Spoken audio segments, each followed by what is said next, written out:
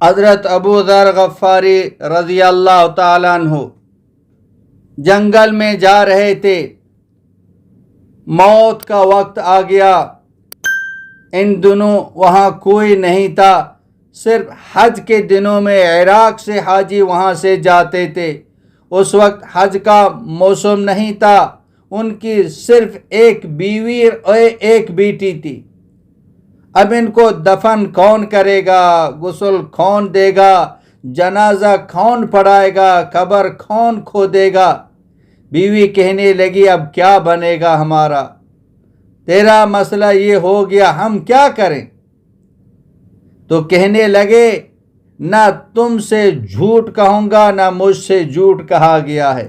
میں ایک محفل میں بیٹھا ہوا تھا، میرے آقا نے فرمایا کہ تم میں سے ایک آدمی ایسا ہے اکیلا مرے گا، اکیلا رہے گا، اکیلا اٹھے گا، جنازہ مسلمانوں کی ایک جماعت پڑے گی۔ جتنے آدمی اس محفل میں تھے وہ سارے مر گئے شہروں میں اکیلا بچ گیا ہوں جنگل میں۔ معلوم نہیں کون آئے گا، کہاں سے آئے گا، وہ خبر سچی ہے، لہذا غم نہ کرو، میرا جنازہ پڑھنے کوئی نہ کوئی آئے گا۔ یہ تقوی کی ایسی نشانی ہے، اور اللہ اور اس کے رسول کا علم ان کے دلوں میں اترا ہوا تھا۔ ابو ذر غفاری رضی اللہ تعالیٰ عنہ پر ایک دن گزر گیا، دوسرا دن گزر گیا، تیسرا دن ان پر موت کے آثار آ گئے۔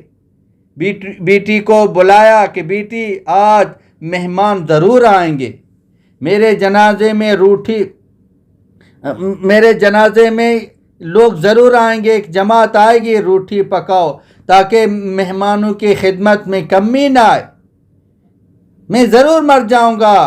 ان کو کھانا پکانے میں لگا دیا اور بیوی سے کہا کہ تو جا راستے میں بیٹھ، کوئی نہ کوئی ضرور آئے گا۔ وہ جا کے بیٹھ گئی راستے میں، اللہ اکبر، کافی دیر گزر گئی، امید ناامیدی میں بدل گئی کہ اچانک عراق کی سڑک سے غبار اڑتا ہوا نظر آیا۔ جب غبار کا پردہ پھٹا تو 20 اونٹنیوں کے سوار نمودار ہوئے۔ ان کی بیوی نے سامنے سے کھڑے ہو کر اشارہ کی۔ جب انہوں نے عورت کو جنگل اور تنہائی میں دیکھا تو اپنی سواریاں موڑ لی، تو اس عورت نے کہا ایک اللہ کا بندہ مر رہا ہے، اس کا جنازہ پڑھ لو تو تمہیں اجر ملے گا۔ انہوں نے کہا وہ کون ہے؟ کہا اللہ کے حبیب کا ساتھی ہے، وہ ابو ذر رضی اللہ تعالیٰ عنہ۔ سارے ایک دم رونے لگے، کہا ہمارے ماں باپ ابو ذر رضی اللہ تعالیٰ عنہ پر قربان۔ یہ حضرت عبداللہ بن مسعود رضی اللہ تعالیٰ عنہ تھے، ان کے 19 ساتھی تھے۔ اللہ تعالیٰ کا غیبی نظام کیسے چلا کہ حضرت عثمان رضی اللہ تعالیٰ عنہ حج پر پہنچے ہوئے ہیں۔ حضرت عبداللہ بن مسعود رضی اللہ تعالیٰ عنہ سے طلب مشورہ کوئی چیز تھی تو ان سے کہلوا بھیجا کہ بیٹے ہو تو کھڑے ہو جاؤ، کھڑے ہو تو چھل پڑو، ہر حال میں مکہ آ کر مجھ سے ملو، تجھ سے مشورہ کرنا ہے، راستے میں ملے یا نہ ملے اس کی فکر نہ کرو، لیکن فوراً مکہ پہنچ جاؤ۔ ظاہری سبب تو یہ بنا، لیکن اندر کا سبب حضرت ابو ذر رضی اللہ تعالیٰ عنہ کا جنازہ بنا کہ ان کا جنازہ کون آنکھیں جو نہ پڑھائے گا۔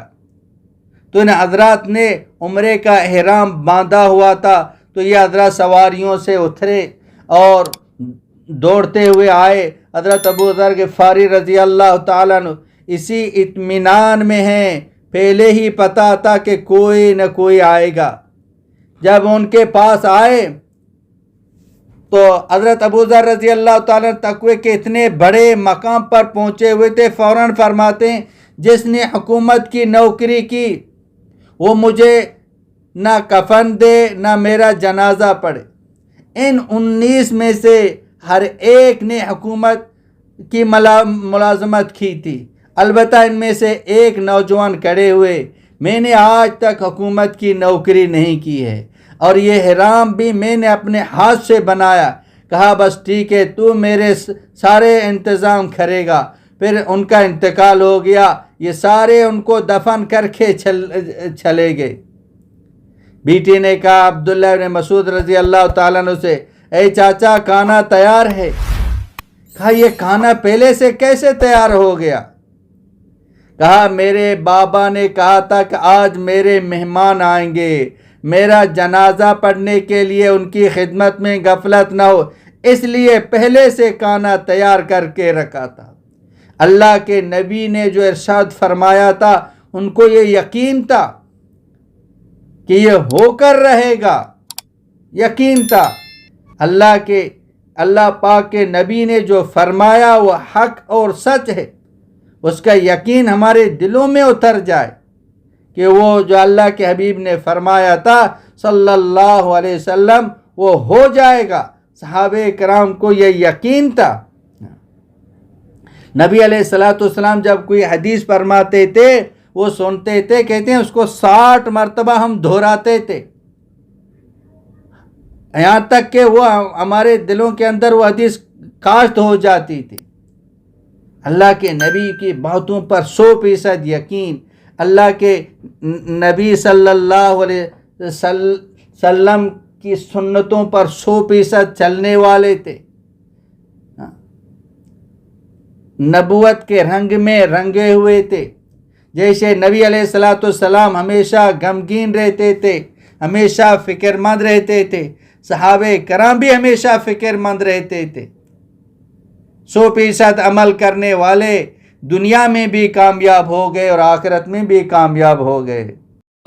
مولانا عبدالحکیم اسحاق کے بیانات کے لیے حکیم اسحاق آفیشل کو سبسکرائب کریں۔ مولانا عبدالحکیم اسحاق۔